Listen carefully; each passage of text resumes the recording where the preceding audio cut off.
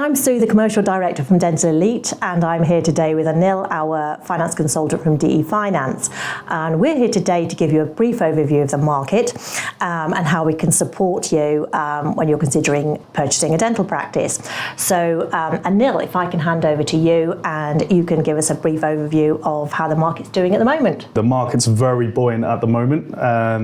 Following the first lockdown, everyone had their concerns, especially because a few banks had left the market because of the uncertainty of the impacts that the pandemic would have had on practices. Some lowered their loan-to-value ratios that we're offering to clients, and others increased their stress test requirements. What we're seeing now is those same banks that exited the market, they've now re-entered, and they're offering better loan-to-value ratios for our clients, and also stress testing's eased in the process. So it's very competitive, and we've supported a number of first-time buyers as well as experienced principals looking to add to their groups.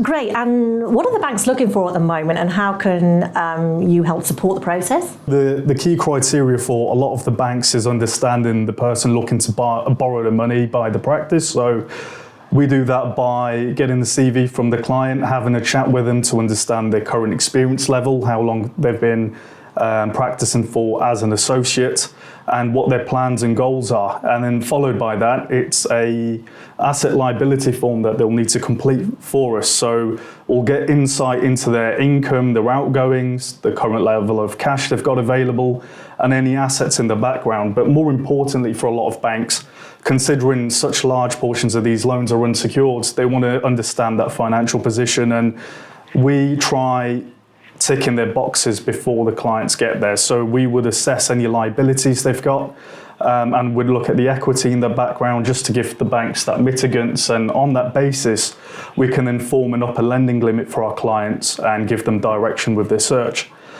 But it's not as straightforward as just simply knowing this is the number I can go up to on the goodwill purchase and that's fine, this practice is a good fit for me.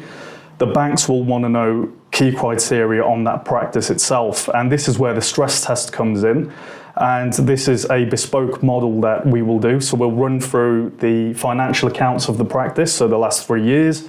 We'll look over the sales particulars, and we'll run through the numbers with a fine-tooth comb. So what we want to understand are basically, is the profit from the practice enough to cover the loan repayments that the banks want at an inflated interest rate of say 6.5% or 7%, especially given where Bank of England rates are going at the moment. We want to future-proof our clients and ensure that the loan is affordable. And also, is there enough money left over then for our client to take home and cover their own personal overheads, so they're not falling short in comparison to their associate position. So what we will look at are certain things such as turnover split, so the type of income, whether it's NHS, private plan. We'll also look at the treatment types to make sure it's suitable for our clients. So for example, if they're only doing general dentistry, not able to deliver the implants that are there currently, can we factor that cost in for the associates, and will it still work in that way? We'll also review the historic accounts to see any anomalies with the turnover or profit levels. We'll add back core non-operating costs, which is tend to see in accounts such as travel, motor, home office use, amortization, depreciation, to get to that accurate EBITDA figure for the banks. And through this process, we'll bespokely model it to how the incoming buyer is looking to run the business.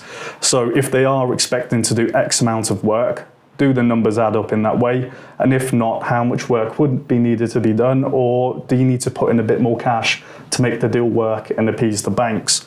And all of these different things that we do discuss really does help a lot of our clients ahead of the viewing. So we try stress test the practice prior to the viewing, so we can cover off any anomalies. We can prepare them with a bank of questions as well following the viewing.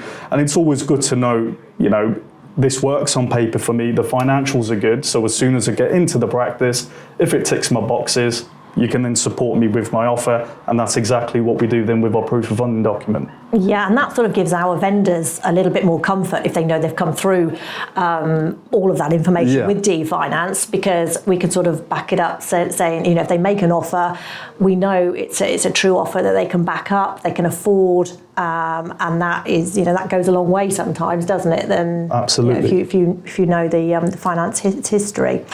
Great. So you've gone through some of the processes, how you can help the buyers. Yeah. What other advantages would you say you bring to our buyers and sort of to say, come and use DE Finance? During that opening call, a lot of my buyers don't really know where to start. So the first thing would be developing some sort of budget, direction. And if they are looking for a niche location or they feel they don't have the options available, we do give them options to expand their search, because we're not tied down just to one agent. We work nationwide. We can take deals externally, and I'd say 60% of my work currently are private sales, where my clients have been approached by their vendors or someone locally selling to them, and they've sent over the information, and then I've supported them with their funding that way. The other thing as well is it can be quite a lengthy process if you're trying to go from bank to bank. So how much time do you have to spare to have the same conversation over and over again? How many different asset liability forms do you have time to fill out? Especially with the amount of admin they have going on at the moment, a lot of these associates, it's very hard to fill one in, let alone 5 or 10. Yeah. And more importantly, with us being a key broker in the market within the dental sector, we have a good understanding of where bank policy is at the moment. We understand where the different rates are, what banks would view a policy or practice, in a certain way. So when it comes to the actual proposal itself to secure the funding, that's the most fundamental part of this journey.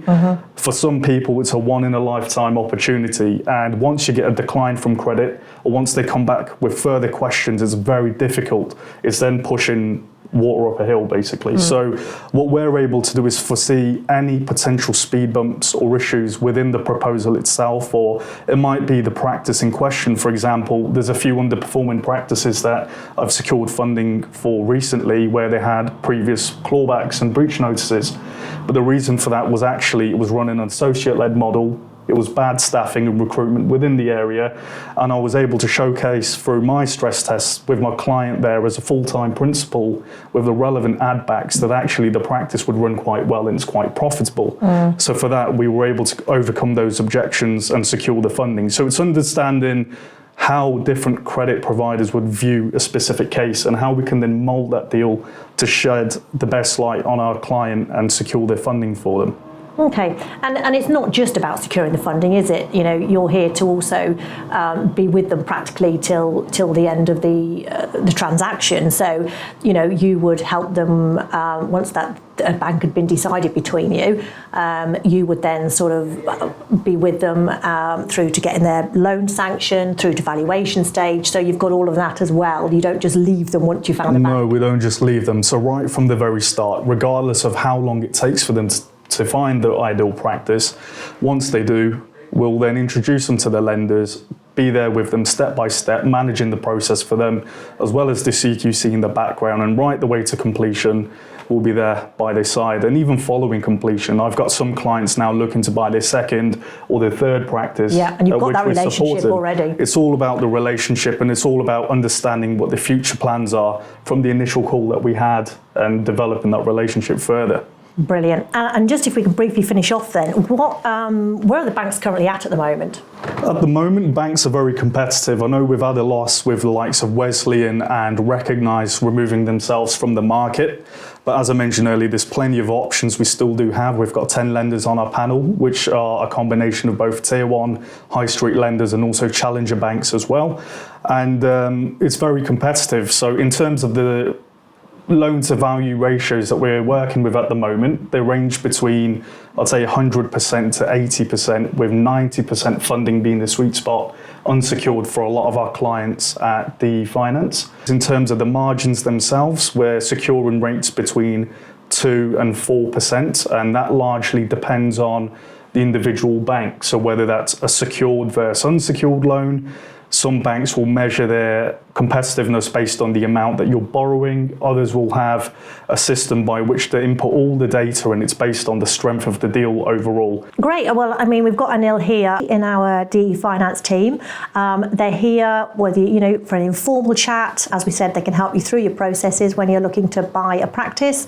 And if you want, a non-obligatory chat with them, they are always on the end of the phone or an email, and I believe the details will be with this link. So hopefully we've answered a few of your questions. Thank you very much. Thank you.